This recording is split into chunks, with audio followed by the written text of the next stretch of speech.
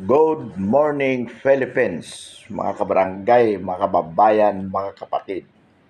Ngayon po ay araw ng Sabado, August 10, 2024. Marami pong magagandang isyu ang namamayagpag ngayon sa social media. Isa na po dito, mga kabarangay, mga kababayan, mga kapatid, ay ang revelasyon ng isang katibinag. Ito pong babaeng ito di umano ay dating ka-live-in partner ng dating congressman na si Florendo ng Davao. At ayon sa kanya, sa loob ng 10 years ng kanilang pagsasama, they were frequent visitors ng pamilyang Marcos sa bahay nito sa Forbes, kung saan di umano nagkakaroon ng mga pot sessions sa bahay mismo ng Pangulong Marcos PBBM. At ayon sa kanya, hindi lamang po si PBBM ang gumagamit ng bawal na gamot, bagkus mismo ang kanyang asawa na si Lisa Araneta Marcos ay personal na nag-alok sa kanya upang gumamit nito. Gayon din po, pinangalanan ni Miss Cathy Binag ang ilan sa mga membro ng gabinete na kasama ng Pangulong Marcos na gumagamit ng bawal na gamot. Ilan po dito, pinangalanan niya si Lagdamio, na kamag-anak yata ng kanyang ka-live-in partner na si Florendo. Ngayon po itong Lagdamio, Anton Lagdamio, ito po yata ang executive liaison to the legislature. Ganon din po ang chairman ngayon ng PAGCOR na si Altingco. Pinangalanan din po ni Cathy Binag na kaeskwela ni PBBM sa pagsisinghot ng bawal na gamot. Katunayan po, ayon sa kanya, pati mga anak ni PBBM, kasama din ng anak niya na sumisinghot, anak ni Cathy Binag na sumisinghot ng bawal na gamot. Ano po ang significance ng revelasyon na ito ni Cathy Binag, mga kababayan, mga kabarangay, mga kapatid? Well, kung dati sinasabi po na si Jonathan Morales, yung PDEA link o PDEA agent na unang nagbulgar nito, na ayon sa kanyang informante mismo, nakuna ng picture si PBBM na sumisinghot ng bawal na gamot, na sinasabi po nilang AI generated. Ngayon po, yung pasabog na yan ni Jonathan Morales ay mas lalo pong na-authenticate o mas napatunayan dito sa mga revelasyon na ito ni Cathy Binag, sapagkat itong si Cathy Binag ay sinasabi niyang maraming beses na personal na kanyang nasaksihan na itong si PBBM ay gumagamit po talaga ng bawal na gamot. At hindi nga lang siya, kundi ang buong pamilya nila. So, mahirap pong i-discredit itong revelasyon ni Cathy Binag. Ngunit sa kabila po ng lahat, patuloy pa rin sa pananahimik ang Malacanang. The President does not directly deny it.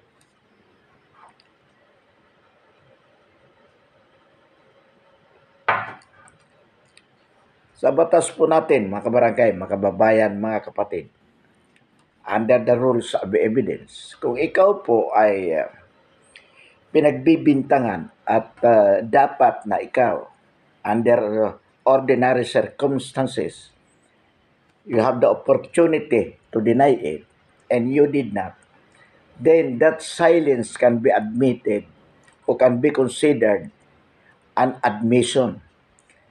So lumalabas po sa ginagawa ng Malacanang sa patuloy na pananahimik,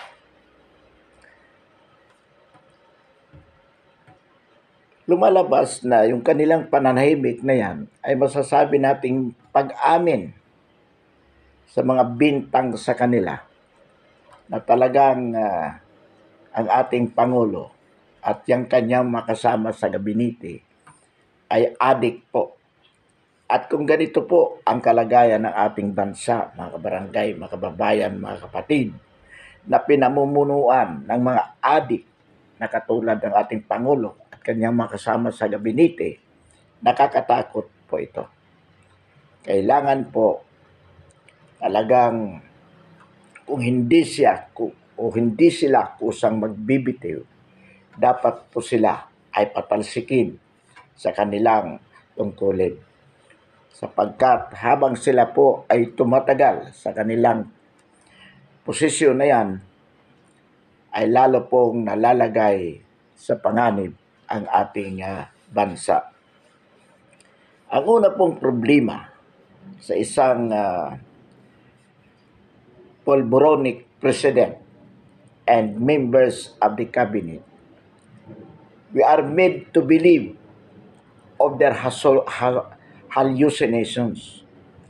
Pipilitin nila tayong maniwala sa kanilang mga trip o sa kanilang kung ano ang nasa kanilang utak na mga lutang. Halimbawa po niyan, mga kabarangay, mga kababayan, mga kapatid.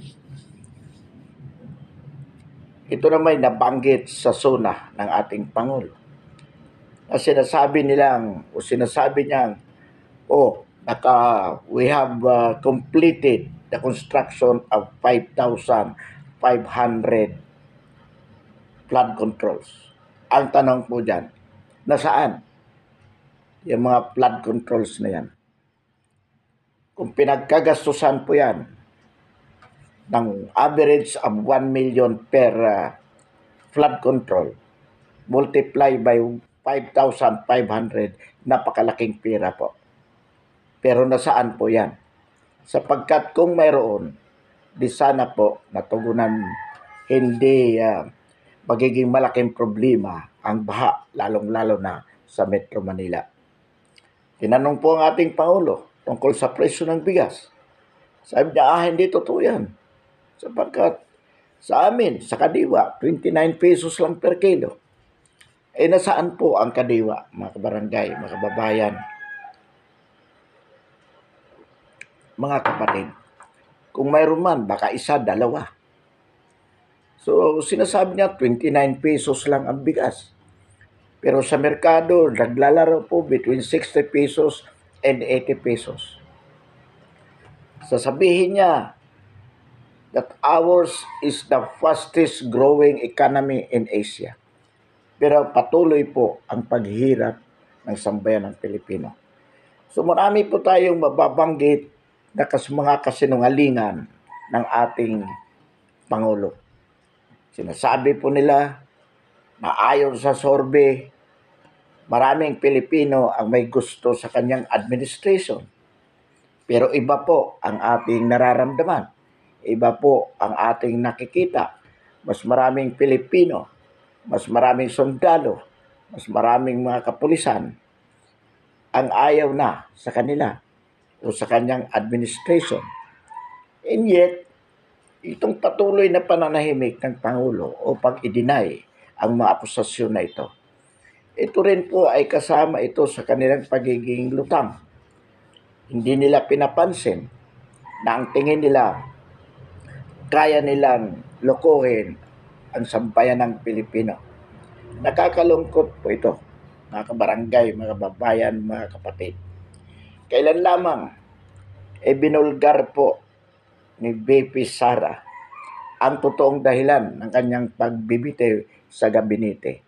Ang sabi po niya, hindi ko makaatim o makayanan ang nangyayaring korupsyon sa kasalukuyang administrasyon. Within 2 years, pagkaupo po ng Pangulo at hanggang July 19 sa kasalukuyang taon, the VP was with the cabinet of the administration, being then the Secretary of Education. So ang ibig sabihin po, being one of the insiders, talagang nasaksihan niya kung ano ang nangyayari sa loob ng gabinete. At yun nga, hindi niya natagalan. So nag-resign siya. Dahilan sa korupsyon sa ilalim ng administrasyon. Ngunit ano po ang response ng mga kaalyado ng ating Pangulo? Una na po dito, mismo ang Pangulo ng Senado sa katauhan ni Chis Escudero. Sa halip na pakinggan ang sinasabi ng ating Vice Presidente na mayroong korupsyon sa ilalim ng administrasyon ni PBBM, ang sabi niya, hindi totoo yan. Ito ay pagbibintang lamang sa bahagi ni Vice Presidente. At ibinabato niya ang isyo na ay kung panahon nga ng kanyang ama, ng Pangulo, si PRRD, wala rin namang maliwanag na programa, lalong-lalo na tungkol sa flood controls.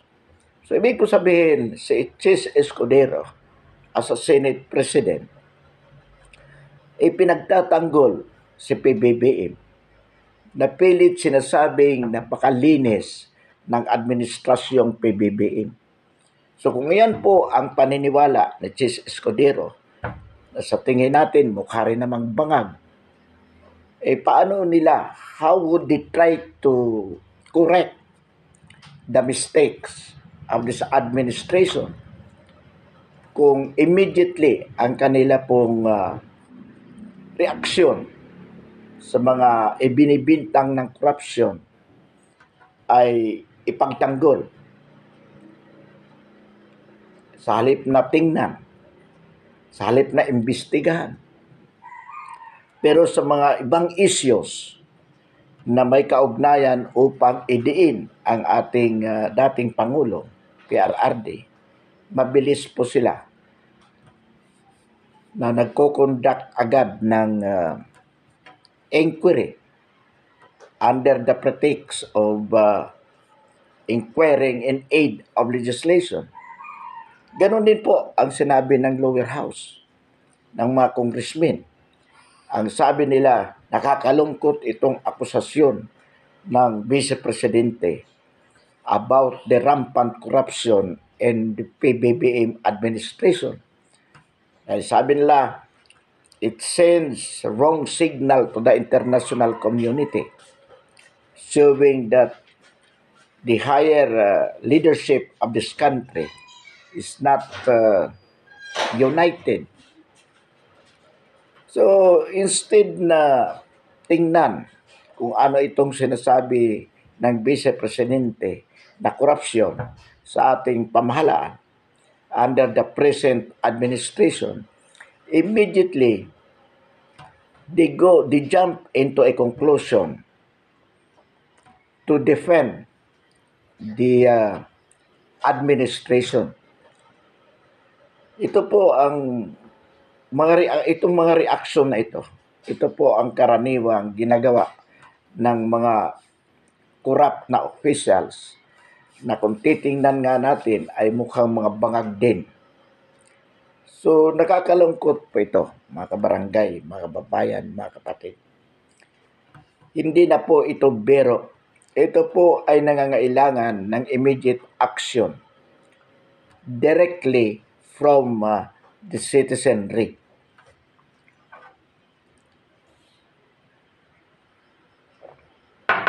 Iba po ang response ng nasa administrasyon. Wala po silang pakialam sa kalagayan ng ating mga mamamayan. Halimbawa, busy po sila upang pabagsakin ang dating Pangulong Duterte. Narinig po natin sa interview, mga barangay, mga babayan, mga kapatid.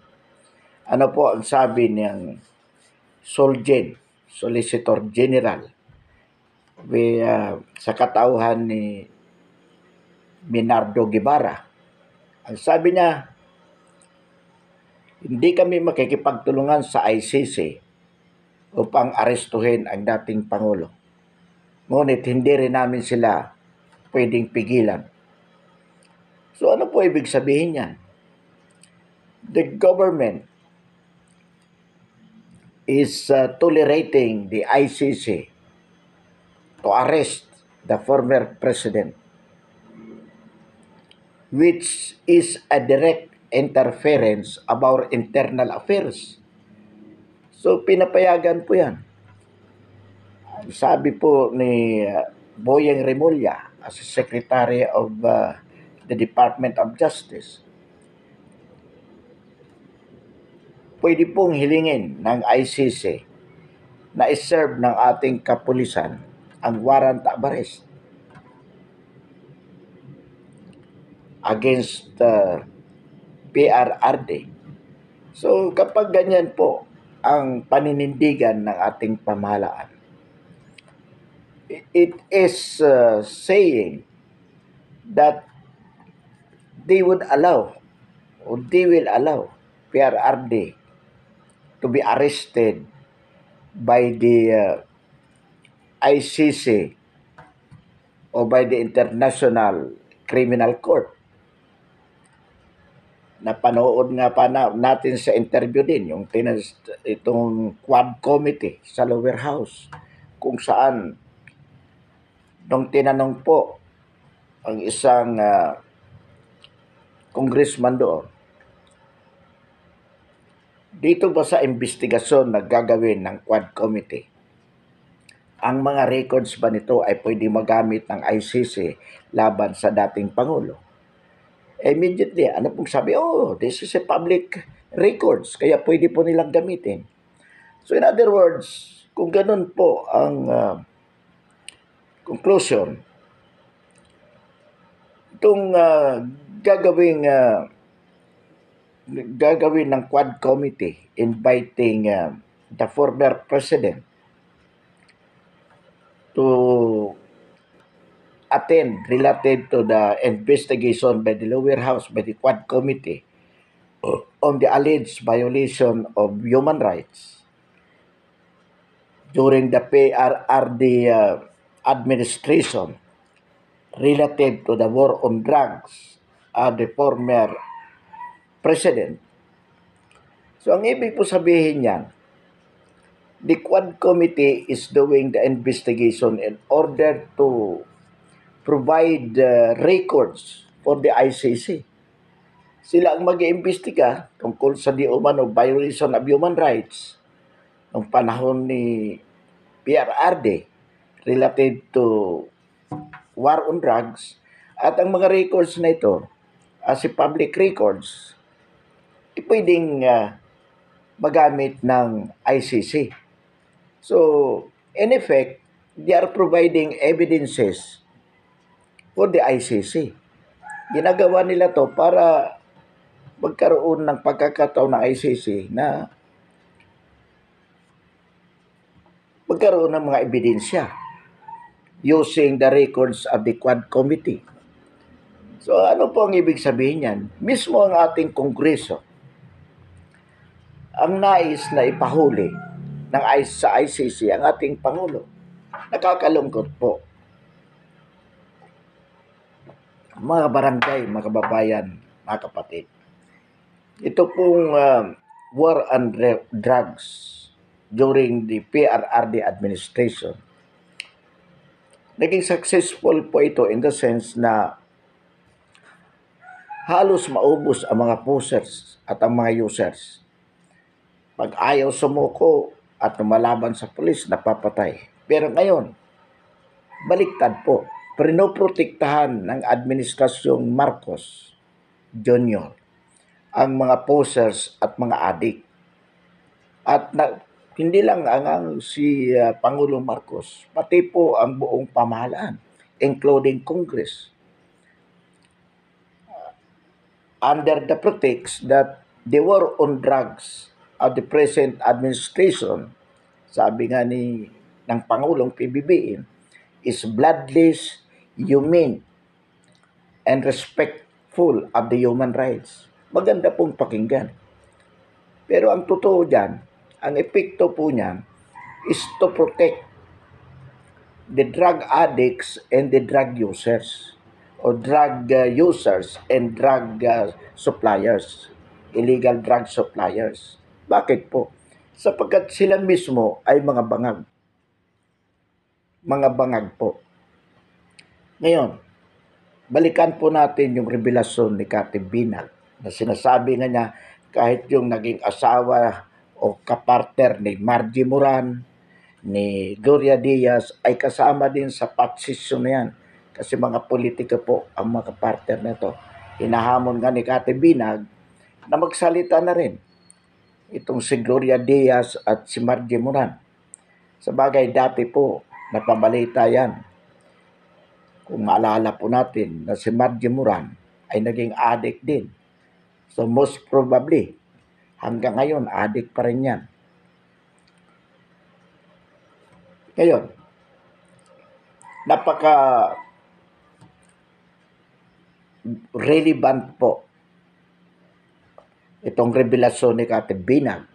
Katunayan, she can be the most competent witness sa mga na ang ating Pangulo at ang ilan niyang makasama sa gabinete ay talagang mga adik. So, ang sabi ng iba, hindi totoo yan, binayaran lang yan ng mga Duterte para sinungaling. Well, siyempre po kung kakampi o you sympathize with the president, yun po ang sasabihin ninyo. But under ordinary circumstances, we believe na nagsasabi po ng totoo si Kati Binag.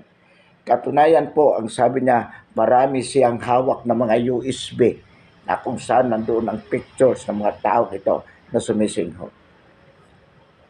Meron po, hindi lang ito salita, it will be back up with, they are back up with USB, meaning mga pictures, mga videos na naka-file sa USB.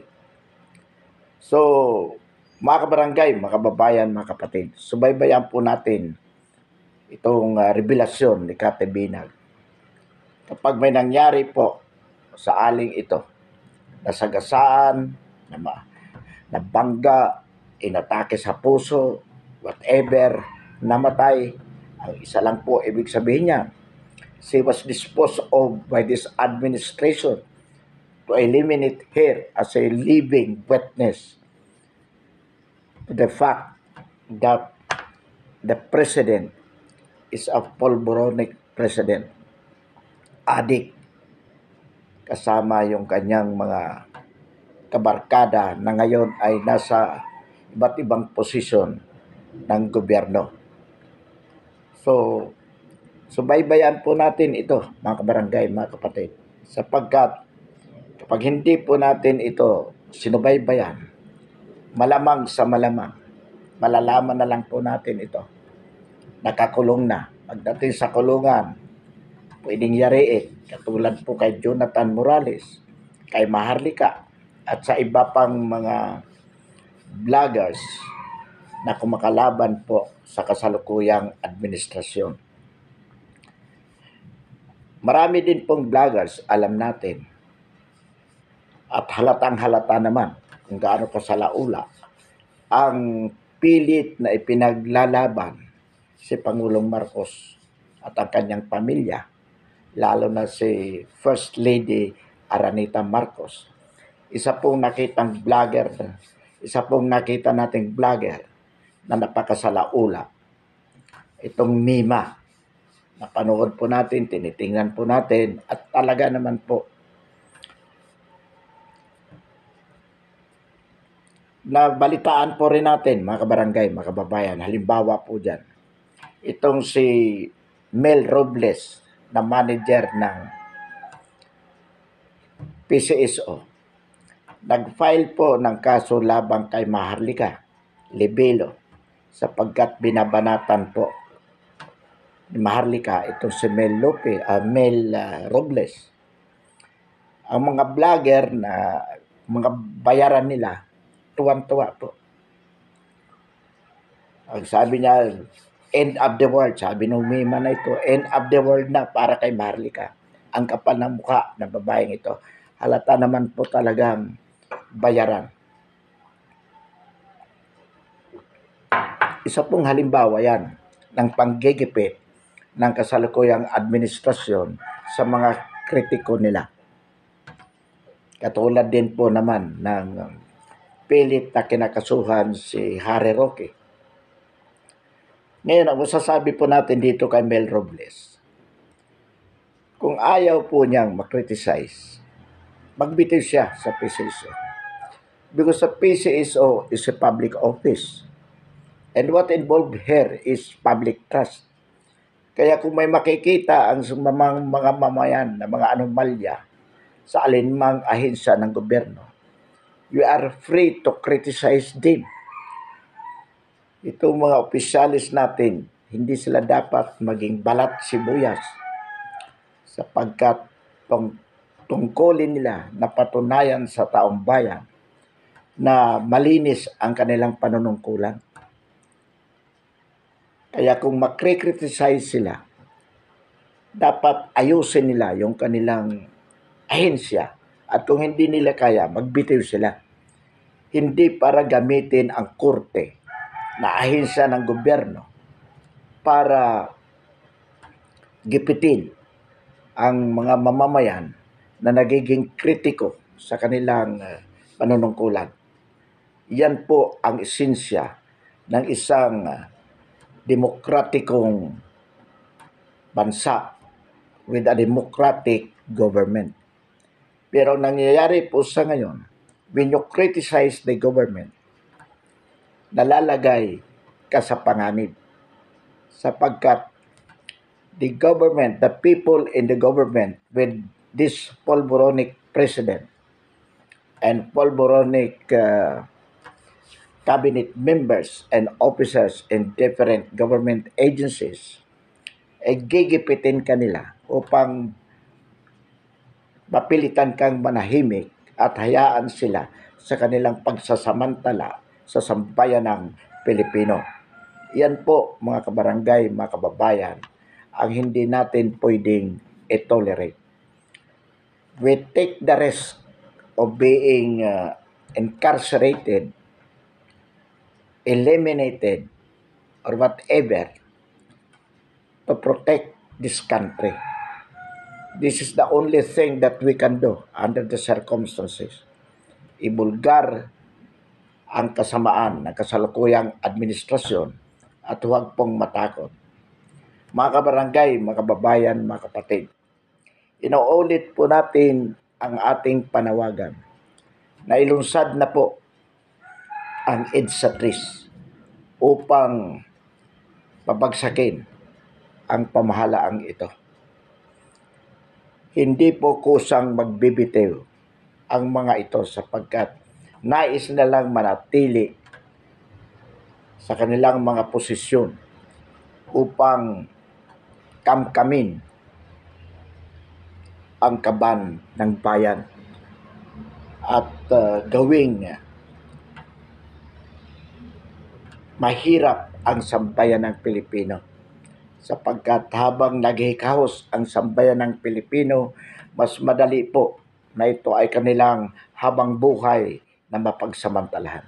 So hindi po kusang bibitiw ang mga taong ito.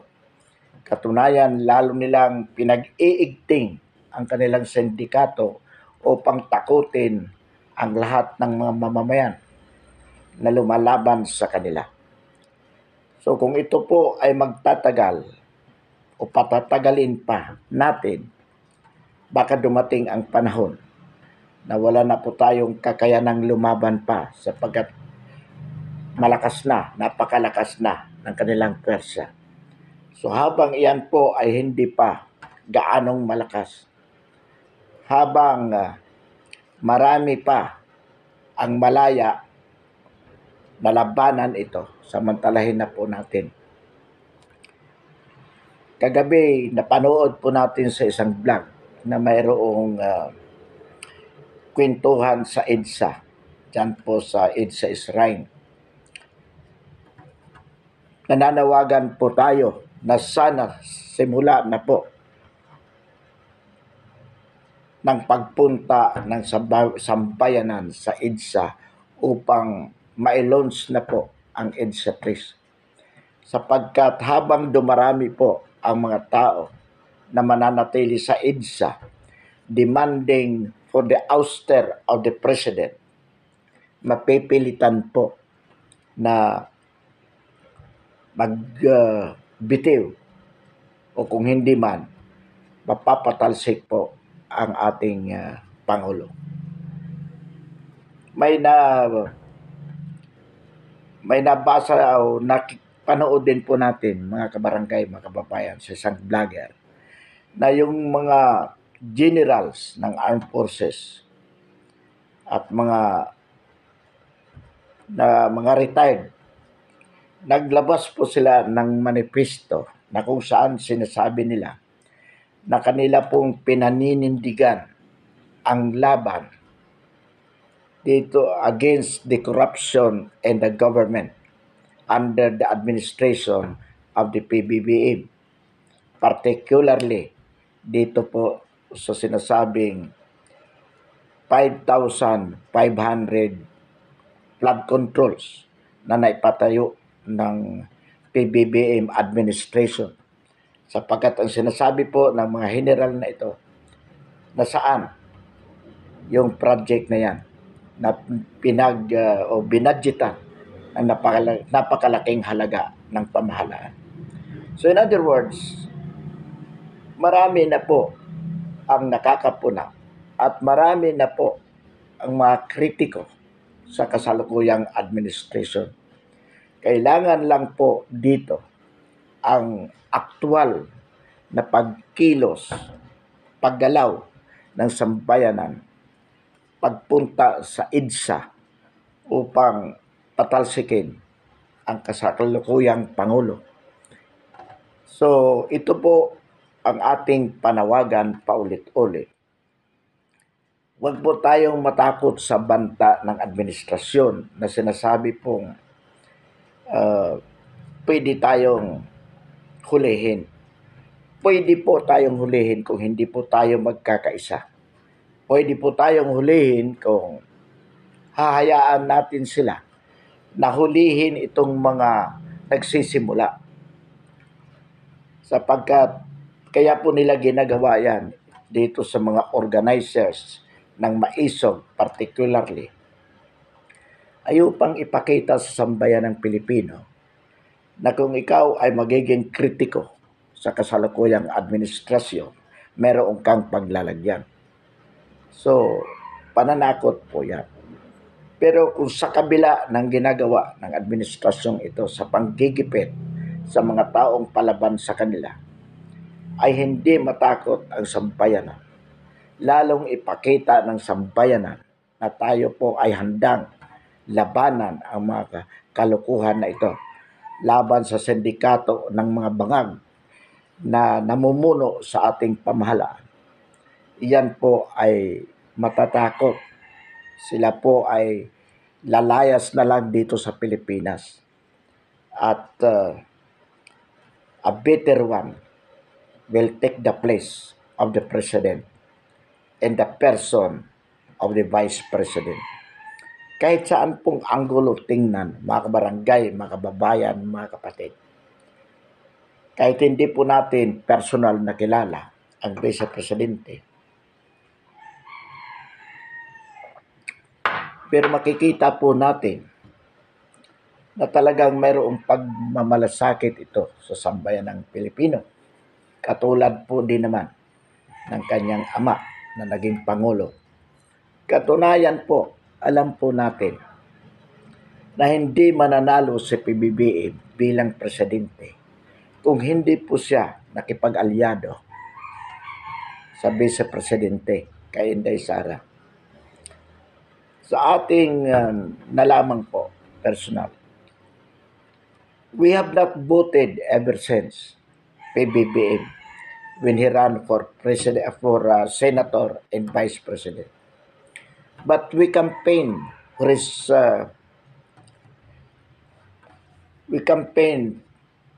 his candidacy as president with Inday Sara as vice president. Bakit po? Because we believe din na ipagpapatuloy niya ang ginawa ng dating Pangulong PRRD. Pero pagkaupo pa lang niya, ipinakita niya na kasalungat yung kanyang ginagawa o yung kanilang ginawa sa kung ano ang gusto nating mangyari na ipagpatuloy ang sinimulan ni PRRD. So in other words, there was a betrayal of public trust. Itong pagiging adik niya, na pagiging adik bilang Pangulo, this is a betrayal of public trust. Sapagkat ang sambayan ng Pilipino ay hindi po buboto sa isang adik. So kung ito ay adik pala, na hindi natin alam, kaya ibinoto natin siya bilang Pangulo. So ang ibig po sabihin niyan, ipinagkanulo ng ating Pangulo ang pagtitiwala ng publiko. That is breach of public trust. Under the Constitution, that is an impeachable offense. Betrayal of public trust or breach of public trust. Ang problema po, under the present administration whereby Congress is under control by the President. Bakit po nakokontrol? Dahil po sa pira, binabayaran ng malalaking halaga ang mga congressman at mga senador. Yung mga senador na kaya nanalo sapagkat inaasahan natin na kakampi ni PRRD, ngayon po ay nagbaliktaran na yan. Kumakampi na po sa kasalukuyang Pangulo. What could have been the reason? Well, of course, isa lang po yan. Pera. Money. Sabi nga natin nung nagkaroon ng issue tungkol dyan sa PCSO with Mel Robles as manager. Isang tao, 20 beses tumama ng jackpot sa loto. Imagine for 1 month, ang isang tao, 20 beses na tumama. Inimbestigahan po ng Senado yan. Pero biglang nanahimik. Bakit po? Sapagkat ayon sa mga informante ni Maharlika, binayaran daw si Pimentel ng 700 million para manahimik. Sapagkat una pong nag-imbestiga dyan ay si Pimentel. Sinundan po ni Tolpo. Alam mo naman to si Tolpo, ubod ng yabang. Pero ayon sa informante ni Maharlika, binayaran ng 1 bilyon si Tolpo. Ngayon po si Tolpo biglang nanahimik tungkol sa isyu ng loto. At ngayon, ang paninindigan ni Tolpo ay kakampi na rin ng administrasyon. Maging si Bungo. Si Bungo ay hindi magiging senador without PRRD. Alam po natin yan. Kaya nga binabanata ni Baste Duterte si Bungo sapagkat si Bungo ay walang pakialam sa mga issue between PBBM and Duterte. Ang sinasabi ni Bongo, wala akong pakialam sa politika. Basta ako'y nagsiselfie sa mamamayan. Kalukuhan po. Hindi pwedeng wala siyang pakialam. Ang isa lang ang ibig sabihin niyan, even Bongo ay nabayaran na rin ng kasalukuyang administrasyon. Bakit po? Sapagkat kung hindi po siya nabayaran, hindi pwede na hindi po siya manindigan. Kailangan manindigan siya, ipakita niya na siya ay para sa bayan o para sa isang pulburonik na pamahalaan. Sinasabi niya na naglilingkod siya sa bayan. Pakita niya ano bang ginawa niya sa bayan. Sumisweldo lang siya ng sumisweldo ng pera, ng buhis ng sambayanan. So, ibig sabihin po, mga kabarangay, mga kababayan, mga kapatid, wala na po tayong maasahan sa pamahalaan sapagkat ang gobyerno natin ay naging sindikato na ng mga adik. At kung ito po ay hahayaan ng mamamayan, kawawa po ang ating mga anak, apo, kung salin lahi ng sambayan ng Pilipino. With PBBM as president, surrounded by his circle, pulboronic officials also, the country is going nowhere. Kaya muli, inuulit po natin mga kabarangay, mga kababayan, mga kapatid, ang ating panawagan na maglunsad na po tayo ng EDSA 3. Kung nangyari ng 2 beses noon, mas mabilis po na mangyayari ngayon. Bakit po?